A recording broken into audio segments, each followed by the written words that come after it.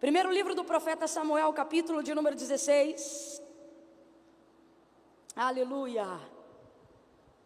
Vamos ler dos versos 1 em diante.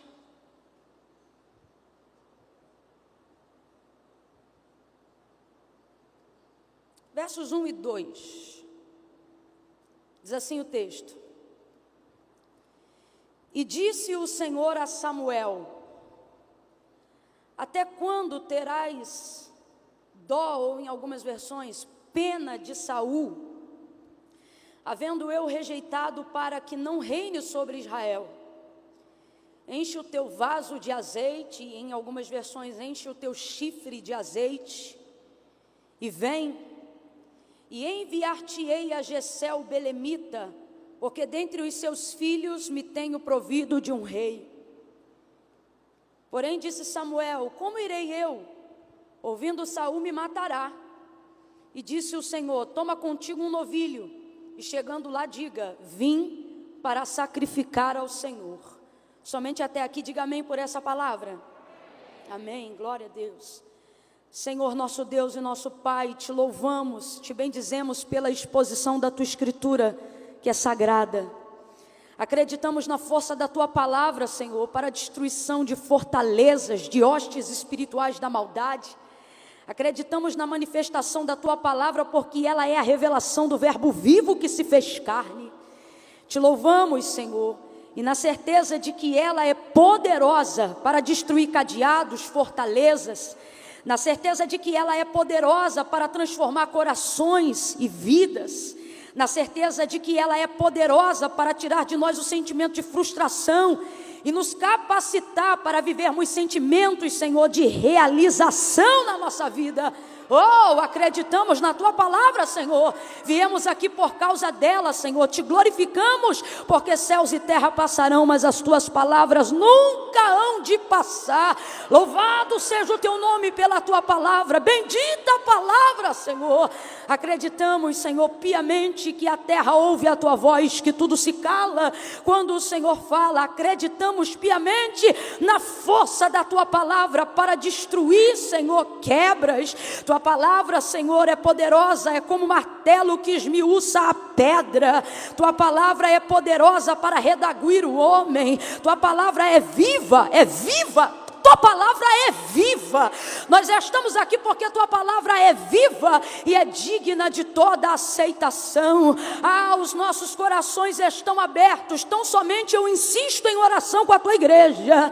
Tão somente eu te suplico em oração com a tua igreja, que tu revele a nós a tua vontade por intermédio da tua palavra. Porque quando fala o homem, mas quando é o Senhor que fala, Senhor, quando é o Senhor que fala, a gente entra como Ana, chorosa, mas sai vitoriosa. Quando o Senhor fala, a gente entra caído, mas sai de pé. Quando o Senhor fala, tem direção, tem estratégia, tem vitória. Por isso eu te suplico, com a tua igreja, fala conosco, Senhor. Fala conosco por intermédio da tua palavra e faz o que lhe apraz. Nós oramos em nome de Jesus, crendo. Quem concorda, diga amém, aleluia. Oh, glória a Jesus, aleluia, aleluia. Esse versículo que nós acabamos de fazer menção aqui nessa noite, ele é muito conhecido. Até quem não é muito leitor, né? Muito assíduo da leitura da palavra, já ouviu falar, nem que seja por alto dele, pelo menos uma vez. Samuel, um grande profeta do Senhor, a quem o Senhor levantou, ungiu, preparou. Foi o último, se classificarmos na condição de juiz, né? Foi o último daqueles que legislaram e ajudaram o povo a compreender qual era a visão de Deus para Israel. Também um grande sacerdote. Samuel tinha um testemunho tão forte, que todo o povo testemunhou de quem ele era, e a própria palavra de Deus no seu livro conta que sua palavra era tão pesada, no sentido de ter tanto respaldo, tanta autoridade, que o texto vai contar testemunhando acerca dele, dizendo assim: e nenhuma de todas as palavras que saía da boca de Samuel. E isso aqui acaba trazendo e deixando o contexto genérico para a gente entender, ou seja, generaliza aquilo que saía da boca de Samuel, porque o texto não diz e toda a profecia, o texto não diz e toda a visão que Samuel entregava e todo o direcionamento que Deus dava a Samuel. Não, o texto é taxativo e ele diz o que realmente quer dizer. Ele diz, e nenhuma de todas as palavras que saíram da boca de Samuel, nenhuma o Senhor Deus as deixou cair em terra. O que o texto está dizendo é que a palavra de Samuel, sendo ela dirigida diretamente pelo Senhor, no exercício da profecia ou algo parecido, ou sendo ela dita por Samuel, o Senhor respaldava a palavra desse homem, por causa do nível de integridade, por causa da força de uma vida santa que Samuel exercitava diariamente diante do Senhor. Camila, isso é possível? Nós não podemos aqui dizer que é impossível. Não, não podemos, porque o próprio Elias não disse assim diz o Senhor, mas quando cerrou o tempo de chuva dos céus sobre a terra, ele disse, sobre a minha palavra, nem chuva nem gota de orvalho cairá sobre a terra. E aí eu percebo do que Deus está falando quando percebemos o testemunho do livro de Samuel. A sua palavra era extremamente poderosa, a ponto de que Deus a respaldava.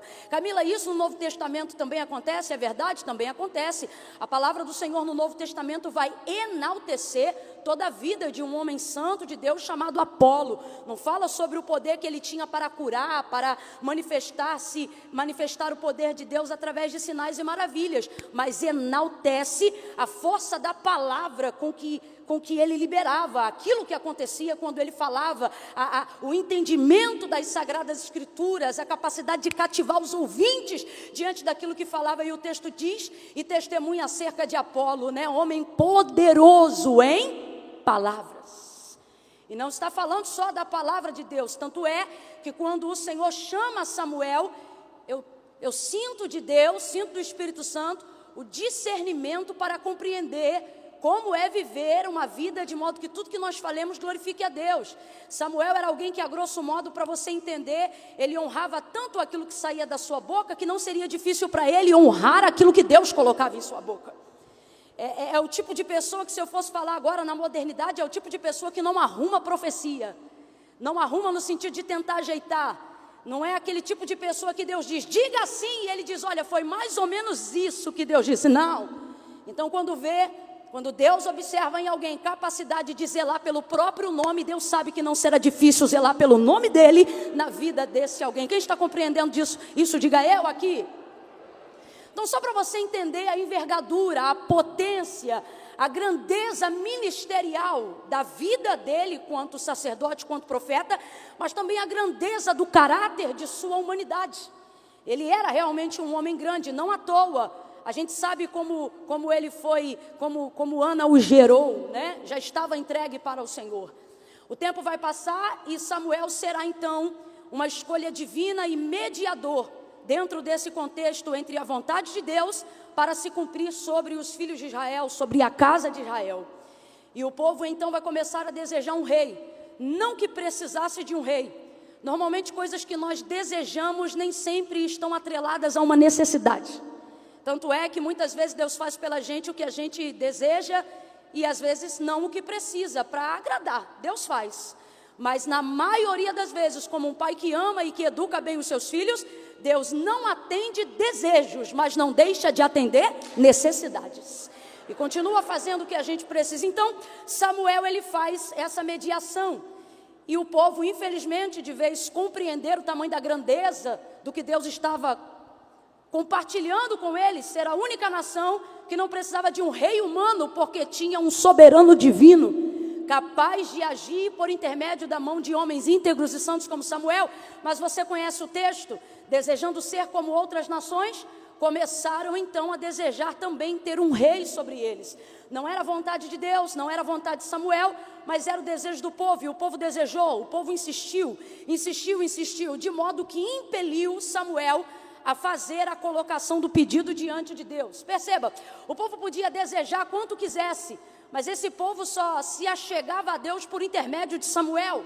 Então tem coisas que até chegar em nós precisamos saber como vamos gerenciar aquilo, porque a gente tem poder de fazer o que desejam ou de decidir não fazer. Leve isso como aplicação para a sua vida, como pai, como patrão, como funcionário, para entender o tamanho dessa importância. Tem gente que deseja coisas, mas que só podem acontecer por intermédio das suas mãos. Então, muito cuidado com o tipo de pessoa e com o tipo de desejo que você deixa as pessoas terem acesso ao seu poder, à sua autoridade, à profundidade do seu contato com Deus. Quem está entendendo isso aí, diga amém.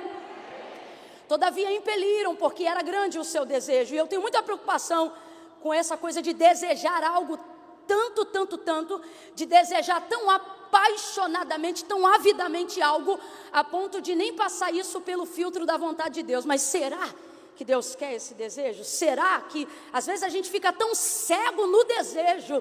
E me permita aqui, falando sobre desejos, lembrar que o povo de Deus ficou cego desse desejo futuramente nos dias de Moisés, quando o texto diz, nos dias de Moisés, quando o texto diz que desejavam comer carne, mesmo tendo a manutenção diária do alimento, que era o maná. Qual era o nome do alimento? Qual era o nome do alimento? O maná. O Senhor entregava o maná diariamente. Canaã, que é a terra do desejo, mel, cacho de uva que precisa de dois homens para carregar, vai chegar. Mas enquanto Deus não realiza o desejo, Ele não deixa você ter falta na sua necessidade. Quando Deus estiver te passando pelo momento de suprir suas necessidades, não fique focando no desejo. Seja grato por Deus estar suprindo as suas necessidades. Mas o povo foi ingrato, enjoou do maná, não compreendeu que era tempo de maná. E de vez em entender que estava comendo uma peculiaridade divina, direta e fabricada do céu de Deus para a humanidade, rejeitaram, enjoaram, fizeram cara feia e foram então interceder ao seu líder. Entenda o paralelo. E impeliram seu líder a pedir: Deus, dá-nos carne, porque a gente não aguenta mais comer essa comida aqui. Dá-nos carne, nós queremos carne. E o texto diz que por causa disso, por causa do impelimento do povo, Moisés pediu carne. E o Senhor enviou. E o texto diz que vieram uma cordonize, uma revoada de cordonizes, por causa do desejo do povo. Veja, por causa do desejo do povo, veio então uma revoada de cordonizes que voou tão baixo, que o texto diz que cada homem que quisesse podia pegar uma ave com a sua própria mão. Porque quando você quer algo que deseja, mas Deus não aprova, tem que pegar com a própria mão. Aí eles pegavam com a própria mão, cozinharam aquelas cordonizes. E o que é que o texto vai dizer? O texto vai dizer que teve gente no deserto que a carne não chegou a atravessar na garganta, mas morreram engasgados com a carne ainda entre os dentes, porque foi grande o desejo de comer carne aquele dia. E o texto diz que o nome daquele lugar, até o dia em que a escrita do texto foi feita, se chamou Vale dos Desejos, porque ali o povo comeu e o povo morreu. Muitos morreram aquele dia, porque não entenderam quando é o tempo de ser grato pelo suprimento da necessidade, ao invés de se revoltar pela vontade de viver o cumprimento de um desejo. Só para você entender, não é o ponto principal ainda que eu quero aplicar aqui nessa tarde, mas eu preciso que você, na condição de pai, de mãe, de chefe de família, seja pastor de uma igreja, líder de um departamento, gestor de alguma área da sua empresa, não permita com que o impelimento do povo te aperte tanto a ponto de que a única maneira de você desfrutar de paz é cumprindo o desejo deles. Porque no final a gente desfruta de paz, mas muitos desfrutam de morte. Todavia, sobretudo, independente de você ser líder, pai, mãe ou pastor, não se culpe se alguém descer por causa da escolha dos seus desejos. Por quê? Porque a palavra de Deus é fiel. Do que se queixa o homem? Das suas próprias concupiscências. Então não adianta a gente querer responsabilizar A, B, C ou D, quando na verdade nós estamos sendo protagonistas das nossas próprias escolhas, dentro da nossa própria história. Grita comigo: vigia! O povo desejou então, na ocasião da liderança de Samuel, um rei, e Deus não queria. Não era da vontade diretiva de Deus dar ao povo um rei, mas o povo não compreendeu o privilégio. E Samuel então pediu ao Senhor: Senhor, então dá um rei, para que eles sintam o que sentem as outras nações, para que eles tenham o que têm as outras nações. E o Senhor, então, vai escolher pessoalmente o próprio rei. Você precisa entender que ter um rei não era da vontade de Deus, mas ser Saul foi uma escolha de Deus. Eu vou repetir porque você não pode confundir tudo e dizer assim, porque o povo queria um rei, aí por isso que Deus deu Saul. Não. Ter um rei não era da vontade de Deus, porém ser Saul foi uma escolha feita a dedo de Deus. E você vai ver isso em todo o processo da escolha, tirando ele por detrás das malas no dia da ordenação, buscando ele ou fazendo-se perder as jumentas para que ele encontrasse com Saul, com Samuel, e então se tornasse o rei de Israel, e etc. Quando você vai avaliar a história de Saul, você percebe que ele tem toda uma caminhada de crescimento ao lado de Samuel, desde o dia em que foi tirado de trás das bagagens para ser ungido, como até o dia em que passou dele o reino. Foi um caminho contínuo de convivência e de crescimento. Tanto é que Samuel vivia mais nos arredores de domínio de Saul do que dentro da sua própria casa. Fazendo o quê, Camila? Mentoreando ele, ajudando ele, direcionando ele, fazendo ele compreender qual é a legislação de Deus, qual é a vontade de Deus, qual é a vontade do Senhor. Então, Saul vai crescendo, se torna rei de todo Israel, e Deus vai dar uma oportunidade pioneira a Saul. Às vezes nós vamos ser inseridos dentro de algum contexto que nem era da vontade diretiva de Deus, às vezes é para suprimento de uma necessidade humana, mas quando Deus bota a mão na gente, irmão, quando Deus entra com a gente para atender, ainda que seja uma necessidade humana, até aquilo que podia dar errado, com a ajuda de Deus, tende a dar certo. Agora, não é porque Deus meteu a mão, que significa que eu não tenha participação de fazer a vontade do Senhor, de seguir de acordo com os seus caminhos. E Saul é a maior prova disso, para a gente não sair daqui nessa noite com aquela mentalidade, achando assim, o que Deus tem para mim, Deus vai me dar e vai fazer, seja como for, do jeito que tiver que ser. Não é assim não. Saul teve a oportunidade de crescimento e de ser mentoreado pelo próprio Samuel, mas o texto vai mostrar para a gente que o orgulho, a vaidade de ser rei, começou a tomar o seu coração, e dentro disso, Samuel vai adverti-lo, mas vai crescendo junto. Completa para mim, para eu saber que você está comigo. Eles vão crescendo? Na verdade, Saul vai crescendo junto, debaixo da cobertura de Samuel, em ensino, em estatura. Porém, você pode governar sobre alguém, mas jamais governará sobre o coração de alguém.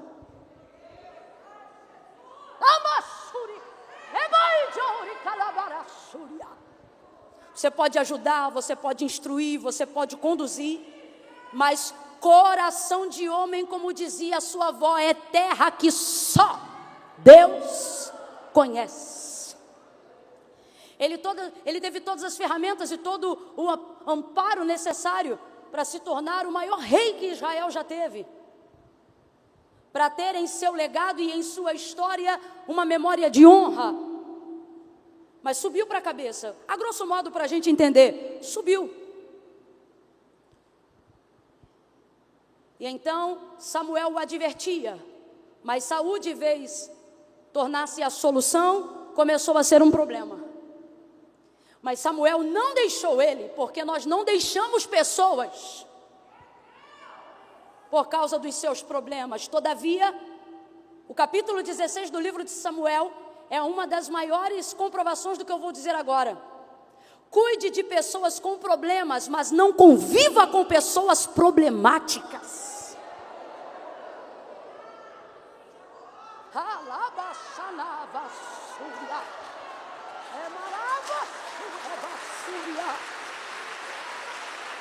Aí,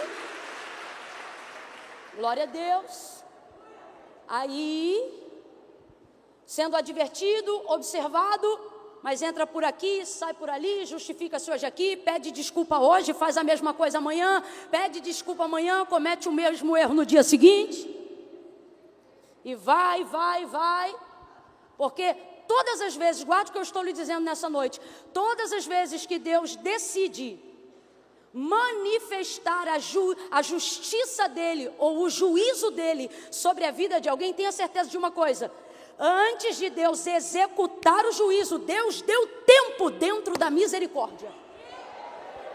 mas houve negligência no tempo da misericórdia. Lembra da mulher de Ló? Lembra da mulher de Ló? Destruição das cidades de Sodoma e Gomorra, fogo do céu, saraiva, juízo, destruição. Naquele dia Deus não ouviria mais nada, já havia tido uma conversa no quintal de Abraão. Eita, intimidade com Deus. Uma reunião, uma convenção lá nos arredores do quintal de Abraão para destruição. Todavia, um clamor de Abraão suscita de Deus o exercício da misericórdia sobre a casa de Ló e de toda a sua casa. Agora veja isso, Deus faz isso por amor a Abraão, porque na verdade Deus deixa claro na conversa que não havia nem um justo naquele lugar, e isso inclui Ló e toda a sua família, mas por causa do clamor de Abraão, por causa da intimidade de Deus com Abraão, por causa do acesso que eu comecei a pregar aqui nessa noite, no início da mensagem, Deus diz assim, pega 2 anjos, envia a casa de Ló para manifestar misericórdia e tirar Ló e toda a sua família, mas a esposa de Ló está como? Apegada, a esposa de Ló está como? Vislumbrando e entristecida pela cidade de Sodoma e Gomorra, de vez está alegre pelo livramento que ela está recebendo, mas ela não compreende isso. Os anjos pegam pela mão, tiram da cidade, e quando eles já estão fora da cidade, por entre as campinas que davam vista para o que estava acontecendo, era hora de dizer, eita, aleluia, era hora de dizer, olha, Deus deu vitória, mas não. O que acontece? O texto diz que ela vira-se e olha para trás, e fazendo isso virou uma estátua de sal. Aí você diz, poxa, meu Deus, por que Deus não teve misericórdia? Não teve misericórdia. Ter sido sal e não fogo já era extensão da misericórdia. Ter sido lá em cima e não lá embaixo já era extensão da misericórdia. Eu não estou dizendo que Deus ter matado manifesta misericórdia, ou ter paralisado manifesta misericórdia. Não é isso que eu estou dizendo, mas estou dizendo que Deus deixou abertas todas as portas de misericórdia, para que ela compreendesse o que estava acontecendo. Sabe o que acontece ali? Deus tomou como um sinal de afronta, um gesto pequeno, porque se a gente não vigiar, a gente faz a mesma coisa. O que, Camila? Com gestos pequenos promove grandes ofensas no mundo espiritual, no relacionamento com as pessoas. Quem aqui? Estou falando assim para você não ficar julgando Deus. Não que Deus depende de você para nada. É coisa que eu faço porque a gente é ministro mesmo. E não gosto de ninguém pensando nada de Deus, senão que Ele deve ser adorado. Agora, o que a gente pensa aqui é que às vezes tem gente pensando aí e dizendo, puxa vida, por que Deus fez isso? Ou por que Deus permitiu isso? É só você avaliar. É só você compreender o contexto. Será que você nunca se sentiu ofendido com um olhar? Será que ninguém nunca te provou com um olhar? E um desdém com um muxoxo? Sabe o que é muxoxo? Muxoxo é isso aqui, ó. Isso é muxoxo. É, tipo... Quem aqui é da década de 80 sabe o que significa. Porque se a mãe dissesse assim, vai fazer isso assim, assim, e ela ouvisse, ela já voltava. Quê? Nada não, mãe. A Bíblia diz que os olhos de Deus provam os homens. Como quem fizesse assim, como quem fizesse assim. Os nossos olhos denunciam muito, denunciam não é a palavra, expressam muito do que vai no coração. Então guarde isso. Gestos simples também expressam grandes significados. E assim como podem produzir uma coisa muito boa no coração de alguém, também podem produzir a dor de uma ofensa muito grande. Por que eu estou frisando isso aqui? Porque no dia que Deus determinou que Saul não ficaria mais debaixo da cobertura de Samuel, Deus não estava sendo severo, Deus estava estendendo sobre ele grandemente a sua misericórdia. Mas a Bíblia diz que Deus é tardio em irar-se, mas não diz que ele não se ira. Davi também disse que a sua ira dura só um momento, mas todas as vezes que eu falo sobre ira, amor, justiça e juízo, eu preciso dizer isso aqui. Não é porque a ira de Deus dura só um momento que nós devemos negligenciar a sua misericórdia e suscitar a sua ira. Ah, Camila, mas Davi disse que só dura um momento, mas pare para pensar o que é um momento na mão de um Deus irado. Dentro desse contexto, Saul pede vitória numa batalha. Deus usa Samuel e diz que vai dar a ele vitória nessa batalha. Estou parafraseando e contextualizando para a gente chegar no ponto final. A palavra é, olha, o Senhor vai dar vitória, mas Deus, Saul, só exige de você uma coisa. Acerca de todos os despojos que restarem e que vierem como lucro dessa batalha, sejam bois ou seja homens, você dizima tudo. Não traz nada, nem mulheres, nem gado, nem escravo, não traga nada. Você só vai voltar com a honra da vitória. Só que quando a honra de ter a bênção de Deus é pouca, a gente começa a querer tomar posse de coisas, de coisas que serão tendenciosas a que diminuamos a honra que Deus já deu em ter dado a vitória. E ele, de vez se ficar feliz e entender que naquele dia, diante de tantas batalhas, de tantos despojos, de tanta terra, de tantas riquezas, que Deus já havia confiado durante tanto tempo, o que era um pouco de gado, o que era um pouco de ovelha?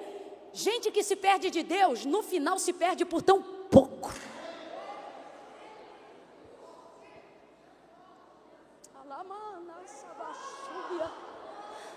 Aí, esse era o acordo, fechado, fechado, essa era a palavra de Deus. Deus cumpre a parte dele, porque, irmãos, guarde isso nessa noite, Deus sempre cumpre a parte dele. Sempre, sempre, sempre, sempre, sempre, sempre. E dá vitória para Saul e para Israel. Só que na hora de voltar, ele traz o gado, traz as ovelhas e traz até o rei. E no final, o rei que era seu inimigo e deveria ser morto ao final da batalha, ele chama de irmão.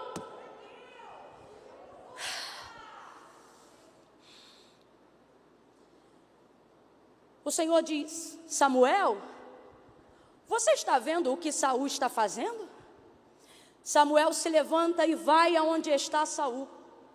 Chegando a ele, o encontra e, obviamente, ele era amado por Saul, porque Saul sabia que nem 10% de tudo que se deu na sua vida seria possível se não fosse a figura e a atuação direta de Samuel. Então ele o recebe.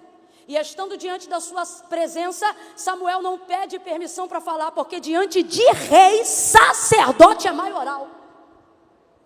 E ele diz: Saul, como é que foi a batalha? Por que ele não vai direto e corrige ele? Estou parafraseando para a gente entender, a nomenclatura original não é essa, mas se quiser saber melhor, lê a Bíblia quando chegar em casa. Ele diz: Saul, e aí, como foi a batalha? Seu oportunidade, isso aqui é Deus chegando no Éden e dizendo: Adão, onde estás, Adão? É Deus sabendo onde Adão está, mas perguntando para dar ele uma oportunidade de confessar, porque aquele que confessa e deixa alcança. Então veja, está tudo pronto para o juízo, mas até no dia do juízo Deus ainda manifesta a misericórdia. E a batalha, Saul, como foi? A batalha foi tremenda, a vitória é nossa, Samuel. É. E você fez o combinado? Fez tudo que o Senhor te mandou fazer? Ele diz assim, Samuel diz assim no texto: Saul, se está tudo certo, então que mugido de gado é esse que eu ouço no nosso arraial? Samuel, sempre que não houver disposição para arrependimento, haverá espaço para desculpas. Se não gravar nada do que eu falei agora, grava isso, escreve isso, anota isso. Sempre, sempre, sempre que não houver espaço para arrependimento, sempre haverá nesse lugar desculpas e um monte de justificativas que não vão servir para nada. Era a hora dele, por segunda vez, de dizer: eu errei, eu pequei, mas não. Olha, eu trouxe isso para glorificar o nome do Senhor. Eu postei isso esses dias, é a última postagem no meu Instagram. Eu disse: pare de espiritualizar coisas a fim de justificar erros que você cometeu. Mas por não ter como justificar, não ter como explicar, não ter como cobrir, né? Não ter como saldar a dívida que você tem, você espiritualiza. É o jeito do cristão, abre aspas, santificar aquilo que ele fez e não tem coragem de confessar. Aí ele pega e coloca na conta de Deus. Ele espiritualiza espiritualiza, achando, eu disse o seguinte, que o saldo da graça, porque nós somos a ministração da nova aliança, estamos debaixo da ministração da nova aliança, achando que a graça foi feita para cobrir esse tipo de coisa. A graça perdoa pecado, mas não cobre saldo de hipocrisia. A gente tem que parar com essa mania de espiritualizar coisas das quais Deus nem participou. Ah, isso aqui é para sacrificar o Senhor, e o Senhor te pediu sacrifício? Saul, porventura agora, Deus tem mais prazer em que sacrifique a Ele do que em o obedeça? Não é que Deus não recebia os sacrifícios, óbvio. Só que o que Samuel está dizendo é: Saul, será que você está achando que vai subornar Deus com uma oferta? Em detrimento da sua palavra? Será que é o que você está achando? Ele não se arrependeu, ele não entendeu o que estava acontecendo. Então o texto diz que Samuel pegou a espada, e aí eu vou te perguntar: Samuel é soldado ou sacerdote? Vamos lá, Samuel é soldado ou sacerdote? Vem, gente, vem, galeria. Samuel é soldado ou sacerdote? Samuel foi chamado para ser soldado ou para ser profeta? Vamos lá, ele era soldado ou era profeta? Não espiritualiza não, responde de maneira original. Ele é soldado ou ele é profeta? Só que ele vai pegar uma espada, instrumento que ele não utiliza dentro dessa condição natural, e vai matar o rei, que Saul já estava chamando de irmão, porque essa era a ordenança do Senhor. E então você vai ver Samuel tendo que fazer uma coisa que não se encaixava no seu ofício, para cobrir uma coisa que Saul deixou de fazer. Isso é muito sério. É quando nós começamos, por amor à nossa cobertura sobre a vida de alguém, ter que meter a mão e fazer coisa que nem nos cabe.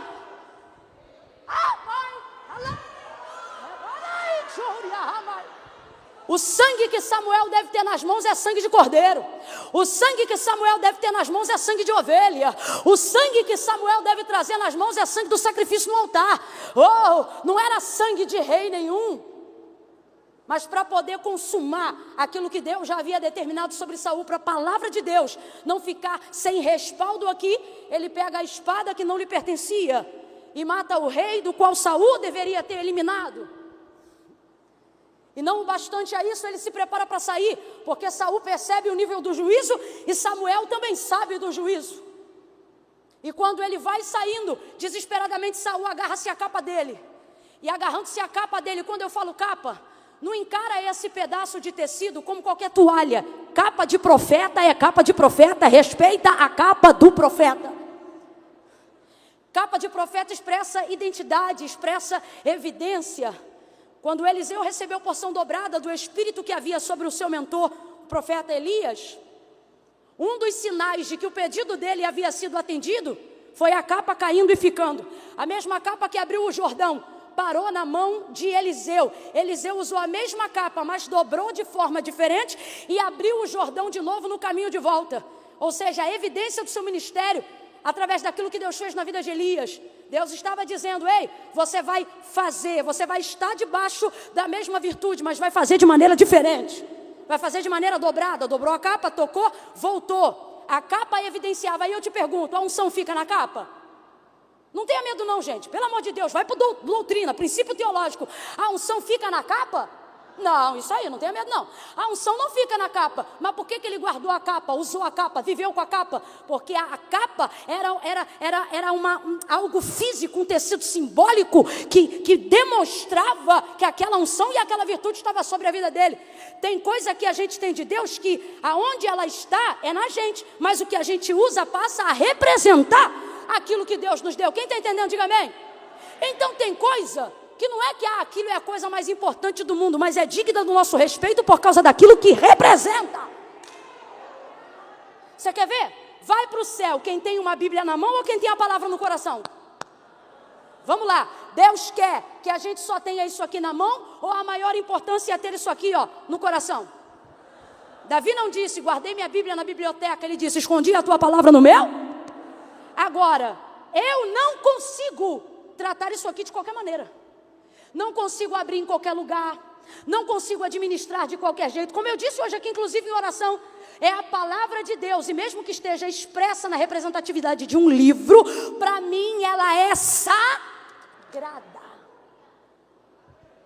Então, quando Samuel vai saindo, Saul pega na capa dele, na tentativa de manter Samuel à força, para tentar correr atrás, se regenerar, pedir desculpa, para Samuel dar um jeito para ele. O texto diz que Samuel vai, mas a capa rasga, e um pedaço da capa fica na mão de Saul. Quando ele rasga, aquilo que ele faz contra o profeta se torna profecia contrária para a vida dele. Eita, que isso aqui dá mensagem para o segundo culto. Aí ele olha para Saul e diz: como você rasgou a minha capa, o Senhor está rasgando de ti hoje o teu reino, teu reinado. E aí nós vamos fechar aqui onde nós iniciamos. Passa o tempo, Samuel sobe à sua casa em Ramá, distância de 14 quilômetros longe de Saul, e ele fica ali. E obviamente que ele fica entristecido. E então, depois de um tempo, porque quando a gente cobre demais quem não deve, a gente se machuca. Quando a gente quer fazer pelo outro o que só ele precisa fazer por si mesmo, a gente se machuca. Quando a gente acha que porque tem a unção de Deus, a palavra de Deus, a chamada de Deus, tem também o poder de Deus para fazer o que quiser, a gente também se machuca. E só o tempo coordena as coisas de maneira a ir colocando no lugar e assentando a coisa. Eu não estou dizendo que o tempo resolve tudo, mas até que Deus resolva, todo mundo precisa passar pelo processo do tempo. E aí ele está lá, e então a voz do Senhor se manifesta a Samuel depois de um tempo. Agora eu te pergunto, Samuel está retirado, e depois de viver uma vida inteira no ofício sacerdotal, e tributar todos os seus dias para dar conhecimento, para mentorear Saul e viver ali o dia a dia das atividades do reinado, responda para mim, retirado ele está alegre ou está triste? Está triste. Eu não posso aqui afirmar que ele está em depressão, mas posso aqui afirmar que a alegria não é o que ele sente. Então a voz do Senhor vem a Samuel, depois de um tempo, vem a Samuel como vinha, esse jeito que parece até que no caso dele ele ouve de fora para dentro, de tão absurdamente que ouve. Esse jeito que desde o dia que a gente lê na Bíblia, a gente acha que Deus fala com a gente assim. Fica até preparado, achando, meu Deus, Deus vai falar comigo, e Deus pode fazer isso, mas às vezes ele não faz, porque se você ouvir uma voz de fora para dentro, você cai dura na hora. Pá! A bem da verdade é que a maioria das vezes que a voz de Deus se manifesta ao nosso respeito, seja a palavra ou por uma revelação pessoal, ela é inconfundível, porque ela estabelece algo na gente, e isso normalmente acontece de dentro para fora. É como se a voz não se manifestasse de fora para dentro, mas de dentro para fora. É uma certeza que a gente tem de um comando. A voz do Senhor se manifesta a Samuel e vai liberar para ele uma palavra que vai mudar a chave dos tempos da vida humana, que vai confiar a ele a escolha e a unção da vida do maior rei. O maior rei que Israel já teve, a única pessoa a qual Davi não é elevado em grau de comparação é a Jesus Cristo, mas até para isso respaldou-se da casa de Davi, vindo da casa de Judá, diz a genealogia. E Deus vai confiar essa autoridade, essa honra e essa alegria para a vida de Samuel. Aleluia! E diz para ele, Samuel, isso aqui é terapia de Deus com Samuel. Se você tem condições, procure um psicólogo, procure um terapeuta. Mas se a coisa está ruim e não aparece ninguém, entra no teu quarto, fecha a tua porta, porque o médico dos médicos também entende da ciência da mente. Samuel, até quando terás dó de Saul? Até quando você vai ter pena? Pena é o tipo de sentimento que deixa a gente em frangalho, deixa a gente para baixo. Até quando tu terás dó de Saul, havendo eu rejeitado, para que ele não reine em Israel? E aqui, o Deus que traz o confronto, também já traz o consolo, dentro da palavra do confronto. Falei isso esses dias na nossa igreja sede e reproduzo aqui, debaixo da mesma direção divina. Exatamente a mesma coisa. Todas as vezes que você vê alguém na tribuna, ou qualquer pessoa em qualquer lugar, administrando a palavra de Deus, trazendo uma palavra de conserto, uma palavra de confronto, como a gente diz aí muitas vezes, uma palavra dura, se essa palavra não vier salpicada de misericórdia, não é Deus, é legalista, é pura religiosidade, é farisaísmo, porque todas as vezes que o Senhor libera para alguém a oportunidade do conserto, Ele também entrega junto a maneira de se consertar, a possibilidade da honra, ou a manifestação da misericórdia. Lembra de João capítulo 9, o cego? Perguntaram, quem pecou? Ele ou os pais para que nascesse cego? Jesus disse, nem ele nem os pais. Isso aconteceu para que se manifestasse nele as obras do meu Pai que está no céu. Ouça isso, Jesus cospe, faz lodo, coloca nos olhos do cego. E aí o texto diz que Jesus fala, vai ao tanque de Siloé e lava-se. Sujou, jogou lama, o homem ficou numa posição, no mínimo humanamente falando, constrangedora, andou pela rua até chegar ao tanque, sendo visto e lameado pelas pessoas. Isso fala de um nível de denúncia, de um nível de exposição, de confissão, que é natural de quem quer consertar a vida com Deus, de quem quer viver a cura das enfermidades. Eu já preguei isso aqui nessa igreja, só que o texto diz que chegando lá ele se lava, e quando ele se lava ele já estava curado. Camila, não entendi, vai entender. Deus trouxe a gente aqui para a gente entender isso. Todas as vezes que tem confronto, todas as vezes que tem exposição, que tem confissão, seja do que for, o Deus que joga a lama também diz onde tem a água. O Deus que faz a ferida também diz aonde tem bálsamo. Não aceite correção de quem não te dá a oportunidade do consolo. Quem diz aonde a porta é larga, também diz onde é estreita. Quem mostra a ferida, também mostra como é que se limpa. Quem diz que você está errado, tem que ter o caminho certo para te apresentar. E Jesus é o caminho de oportunidade, de mudança e de transformação. Tire alguns segundos aí agora para adorar a esse Deus. Aleluia!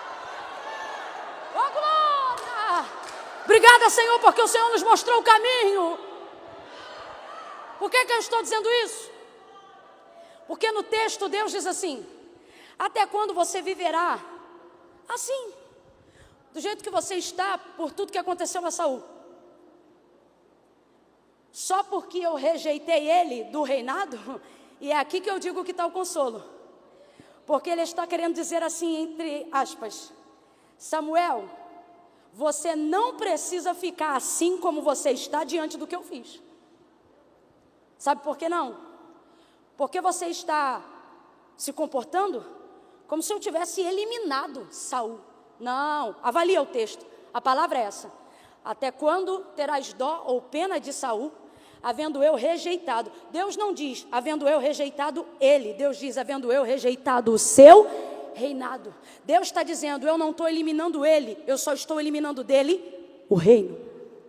Ele não reina mais. A gente tem que entender a manifestação do juízo para a correção de Deus sobre a vida de pessoas. Não é porque Deus tira de uma cadeira que Deus não ama mais.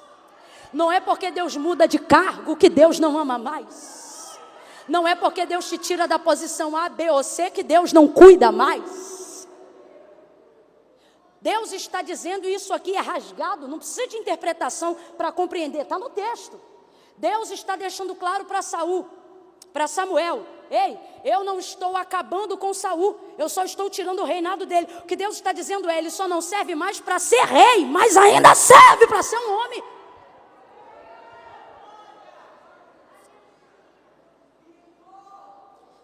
Enche o teu vaso de azeite, em algumas versões o teu chifre, e vai ou vem, e eu vou te enviar à casa de Jessé o belemita, porque dentre os seus filhos me tenho provido de um rei.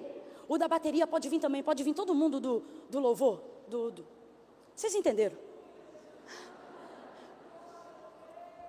Até quando eu vou te usar para ungir um rei? E deixa eu te falar uma coisa que hoje Deus me lembrou dessa verdade que eu sempre falo, mas hoje Ele pregou para mim. Tudo aquilo que o seu tempo foi usado para fazer, mas não trouxe de volta o resultado que você esperava. Vou repetir que eu quero você no mesmo raciocínio. Tudo aquilo que você usou o seu tempo para fazer, para se dedicar, mas não trouxe para você de volta o resultado esperado, seja isso cobrindo espiritualmente a vida de alguém, seja isso investindo numa empresa, seja isso estagiando ou fazendo uma faculdade, todo o tempo que foi com a sua integridade utilizado sobre algo, se esse algo não gerar para você o retorno que a sua integridade e seu investimento colocou em cima dele, a verdade é que o tempo que foi usado para esse investimento, seja sobre algo ou sobre alguém, se ele não gerou resultado para você, se ele não gerou retorno para você, eu não posso mentir, a verdade é que esse tempo não será restituído. Você não vai ficar mais novo de novo, você não vai conseguir voltar lá atrás e abrir mão de uma pessoa para poder conquistar outra, não vai. Mas uma coisa eu preciso te falar, a realidade não é tão dura quanto parece. Todo o tempo de vida que você usou para investir naquilo que Deus mandou, se não gerou para você o retorno que você esperava, o tempo que Deus não restituir da sua vida, Ele vai compensar. E deixe-me te falar sobre o ministério da compensação. Pastor Silas, sabe o que é compensar? Sabe o que é compensar? É eu emprestar aqui esse relógio para a pastora Raquel Malafaia. É eu falar assim, Raquel, vou emprestar esse relógio aqui para você, minha amiga. Aí daqui a pouco, Raquel, me devolve daqui a uma semana. Raquel, volta daqui a 7 dias. Camila, perdi o relógio. Perdeu, não tem como restituir. Quem está entendendo, diga amém.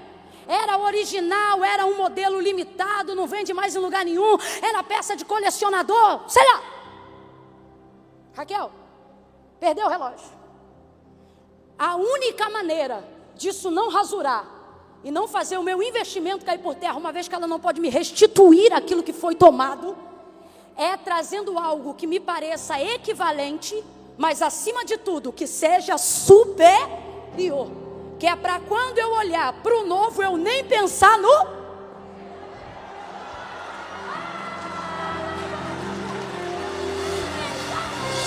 Fica de pé se você acredita que Deus te trouxe aqui para compensar.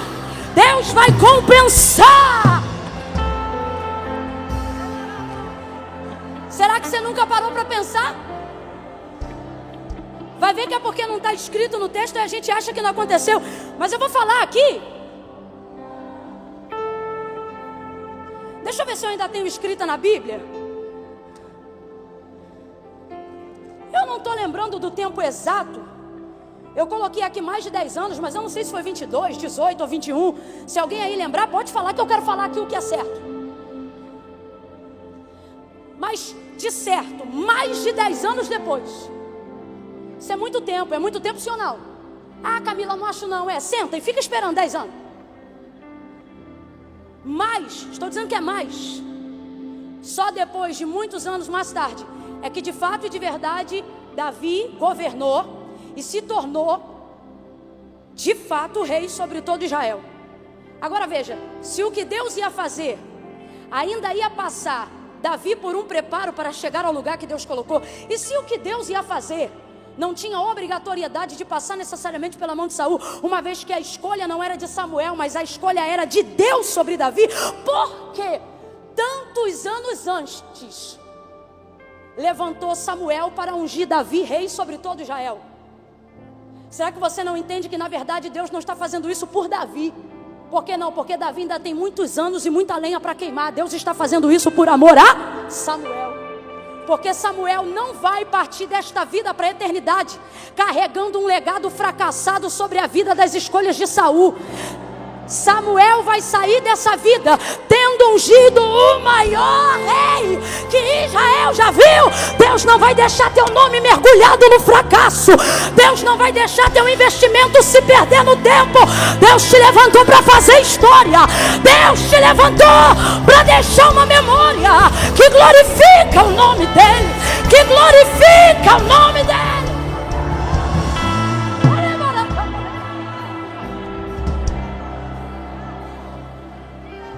Mas você precisa parar de querer cobrir gente que não pode mais estar debaixo da sua cobertura. Isso não significa que você não tem misericórdia. Você pode continuar orando. Você só não pode querer fazer por ele aquilo que só ele pode fazer.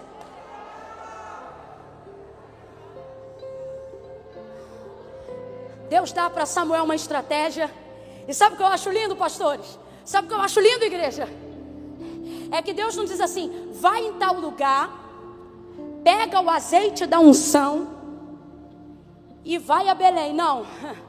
Deus diz da casa dele: vem ou vai, mas diz assim: já vai cheio, porque o chifre você tem, o vaso você tem e a unção mora aí.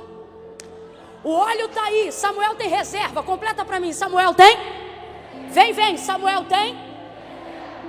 Só que existem traumas que a gente carrega de coisas e de pessoas do nosso passado, que faz a gente começar a gerar a ideia que porque ficou quieto ou parado determinado tempo, fora da atividade eclesiástica, sem pregar, sem cantar, sem adorar, sem orar de madrugada, sem fazer propósito, sem fazer campanha, aí a gente pensa: eita, que eu não sou mais nada.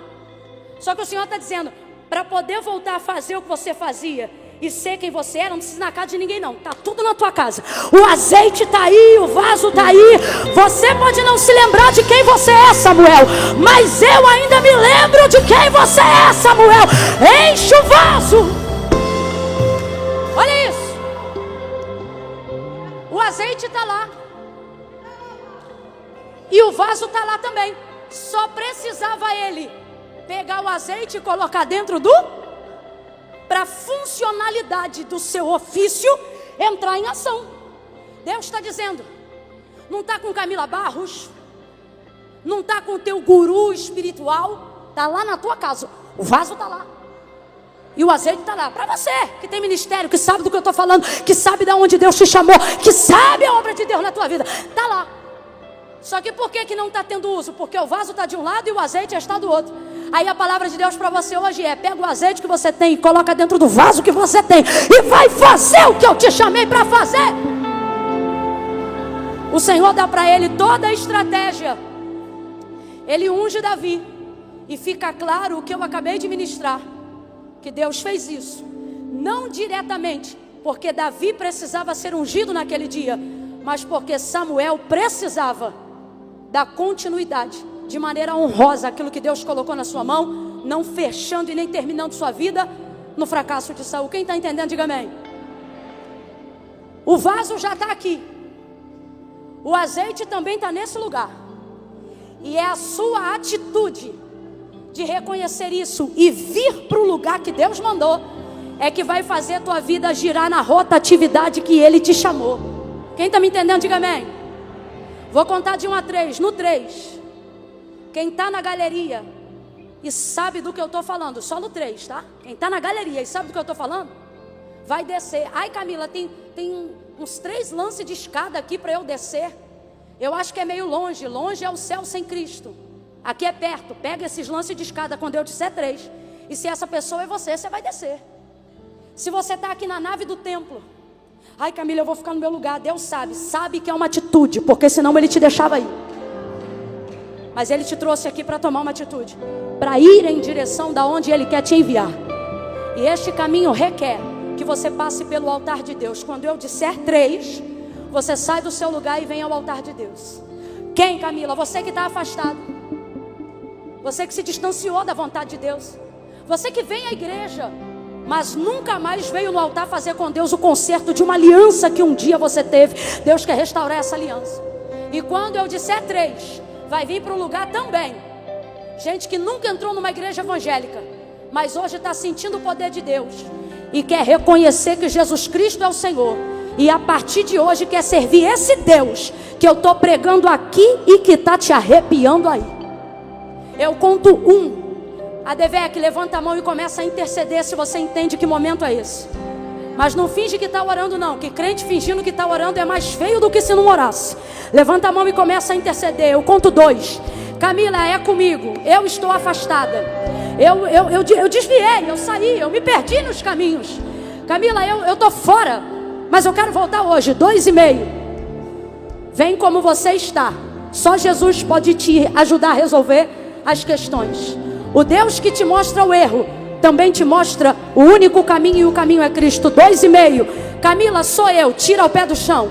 3. Sai do teu lugar agora e vem para o altar de Deus agora. Camila, sou eu. Eu preciso voltar. Eu preciso reconhecer. Vem. Enquanto rola um espontâneo. Vem. Vem encher teu vaso. Vem voltar para a casa do Pai. Vem Vem viver o que Deus tem para você.